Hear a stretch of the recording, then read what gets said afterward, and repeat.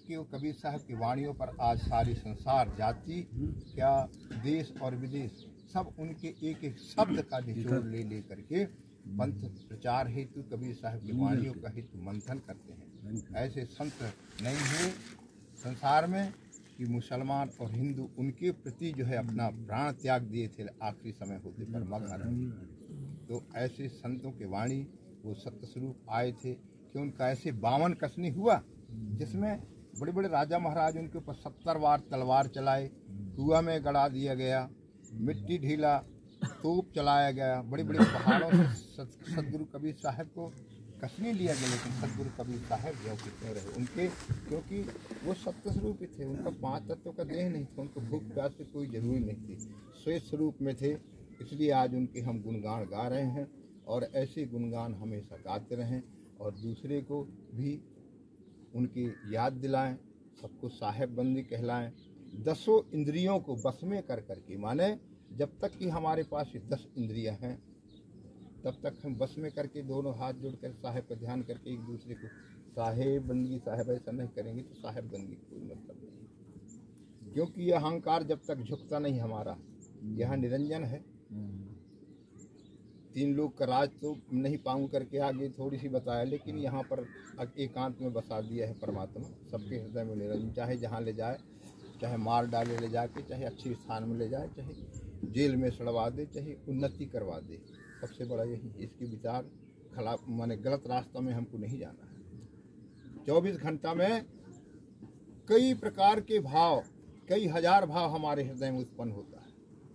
हम ही सोच लें, रात को दिन को, रात को जो कुछ सोचे सपना में आया वो साकार रूप से अगर हम करना चाहते हैं दिन को तो उसी में भटक जाते हैं। क्योंकि स्वप्न हमारे हृदय में 33 करोड़ देवी देवता हैं, रात को उन्हीं के द्वारा ये जीवात्मा को भटकाया जाता है। जंगल में, कुआं में, खोह में, पानी में, जहाँ स्थान नहीं देखे हो भटकते रहते हैं, पड़े रहते हैं। आज ऐसे ऐसे सपना देखे कि जिस स्थान को नहीं देखे, आज तीर्थ स्थान चले गए, तो सब उन्हीं जो शरीर में है। 33 करोड़ देवी देवता, राम कृष्ण ब्रह्मा विष्णु सब इसी शरीर में। तो कहा जाता है जितना भी चारों दिशाओं के दर्शन, चारों ये सब 68 तीर्थों का दर्शन गुरु के ही चरण, गुरु से ही मुक्ति है। हम अगर जड़ को पकड़ लेंगे तभी हमारा मुक्ति है। फल फूल डाला को पकड़ने से कोई मतलब ही नहीं। इसलिए मेरे दुखित परिवार जितना भी हैं, उन सब परिवार के हृदय में शांति भाव वह सत्पुरुष दे, सहन शक्ति दे, दुख को सहने का। मैं यही साहिब से प्रार्थना करता हूँ। अब हमारे पंथ में नारियल उतरा हुआ का चलावा जो होता है, वो चलावा 27 दिन या 40 दिन के अंदर में करा देना चाहिए।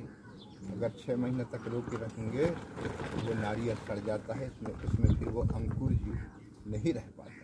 क्योंकि प्राण उत्क्रमण के समय, माने प्राण छूटते समय, अगर जो भी साहेब का नाम स्मरण करके कि हे साहेब जीवात्मा को रक्षा करना, काल जाल से बचा के रखना, 3 मर्तबे अगर उतार के धरते तो दैहिक दैविक होती है 3 ताप से रहित होकर जीवात्मा नारियल में प्रवेश हो जाता है। ये साहेब की वाणी है और सच्चा वाणी है सदगुरु कबीर साहब, कोई झूठ नहीं बात। तो हम उसके चलावा हेतु हमारे बीच में कोई, जैसे बच्ची पैदा है, बच्ची पैदा गमना हुआ, गमन होने के बाद उसको जैसे भेजा जाता है, उसी प्रकार ये हंस गमन कहते हैं चलावा को। तो हंस गमन में हमको क्या का सामान लगना है, क्योंकि कि वो जानना जरूरी है।